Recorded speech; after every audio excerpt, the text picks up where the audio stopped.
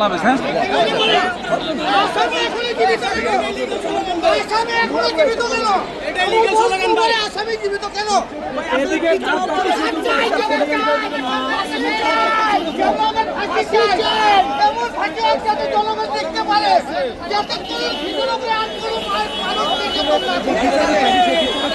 দর্শক আমরা দেখছিলাম যে স্বরাষ্ট্রমন্ত্রী এবং আইনমন্ত্রী কিন্তু একদম অবরুদ্ধ করে ফেলেছিল এই এলাকার স্থানীয়রা, এবং আমরা দেখছি যে পুলিশি যোদ্ধারের মাধ্যমে কিন্তু তাদের কিন্তু গাড়িতে তুলে দেওয়া হয়েছে, এবং নিরাপত্তা কিন্তু আমরা দেখছি যে পুলিশের প্রোটোকলের মধ্য দিয়ে এগিয়ে এখান থেকে চলে যাচ্ছেন স্বরাষ্ট্রমন্ত্রী এবং আইনমন্ত্রী।